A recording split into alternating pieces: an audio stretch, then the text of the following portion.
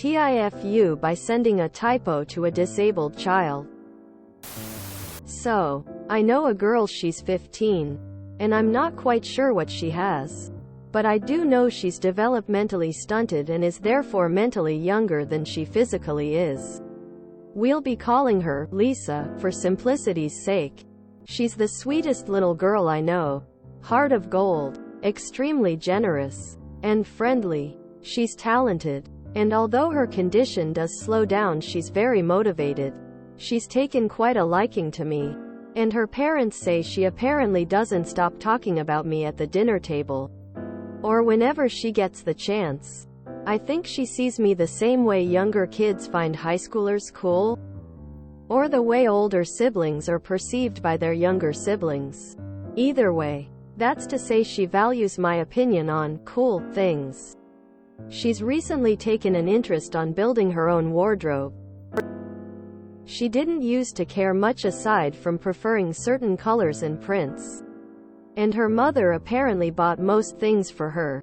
But she's begun to develop her own taste fashion-wise. That said, I have several pairs of baggy pants. All the same, just in different colors. I usually default to for comfort. And she noticed. She expressed to her mother that she wanted her own pair, but she wanted it to look exactly like my pants specifically. Now, baggy pants often have different looking fits depending on its dimensions and whoever's wearing them.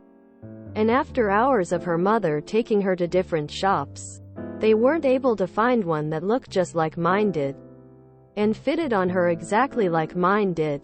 Lisa decided to send me a message once they reached the last shop. And she told me what she was doing. I go, I'll help. Quote, like the dumb bastard that I am.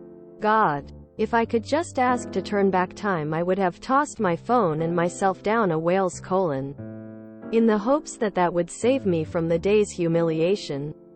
But as we are all just men, I was powerless. She found one that looked quite similar to mine, and she tried it on. She then sent me a picture of herself smiling and wearing the pants. But she told me she was still upset as it doesn't look like when you wear it. Alright, that's lovely. She's trying to copy me, very sweet of her. Unfortunately, I was busy when she messaged me. Not too busy not to be able to check my phone every now and then. But I definitely couldn't be on my phone for too long. So, I took a look at the picture she sent and decided it wasn't baggy enough and she had pulled the pair on far too high up her waist. Again, I couldn't type for too long. I deliberately kept my responses short.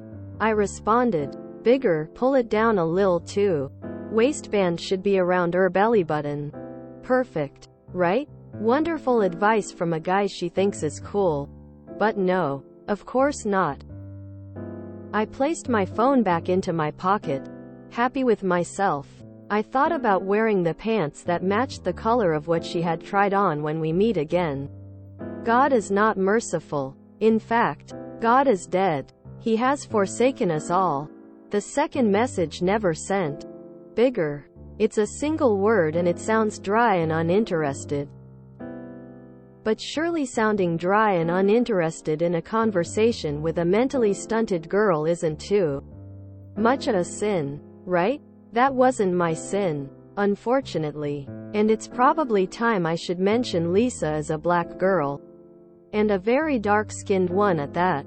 Now, ladies and gentlemen, please open your keyboards and spot the letter B with me. It's on the lower right side. Correct? Lovely. How wonderful is it that the letter N is also on the lower right side? Why, the letters are right next to each other. Surely, there is not a word that could be sabotaged by that simple little mistake. I called a disabled black child a slur. Hard R. Perfectly spelled. TL. D. Or accidentally called a girl a racial slur because I typed too quickly and didn't notice a typo before I sent my message. There's no way out of this one. You're cancelled. Message her right now explaining the mistake. Also explain it to her parents. You have to get ahead of it. If you know her in any professional capacity, tell your boss about it now. They'll, hopefully, know you're not the type of person to do that type of thing, so they'll be more shocked and confused than anything. Ouch. I hope everything can be smoothed over. After the 2016 election, Yahoo meant to post a headline reading, "Trump says he wants a bigger Navy." Meant to. Whoever wrote that headline made the same awful mistake Op did. Black people on Twitter had a field day making fun of all the stereotypes, while Yahoo had to apologize as hard as they could. Ouch. Typos are why I've stopped signing off on emails with "regards." T is way too close to that G. My biga, did you get any response from her? https preview.red.it/n7ru8zcapb1.jpg width equals 610 and format equals pjpg and auto equals webp and s equals 83AO239F9DBA9D54 EFCD 71 3118 B78 A68. You can save that. Oh no. How did autocorrect not save you? You don't type that word out enough to have taught it to your phone, do you? Because that changes the story immensely.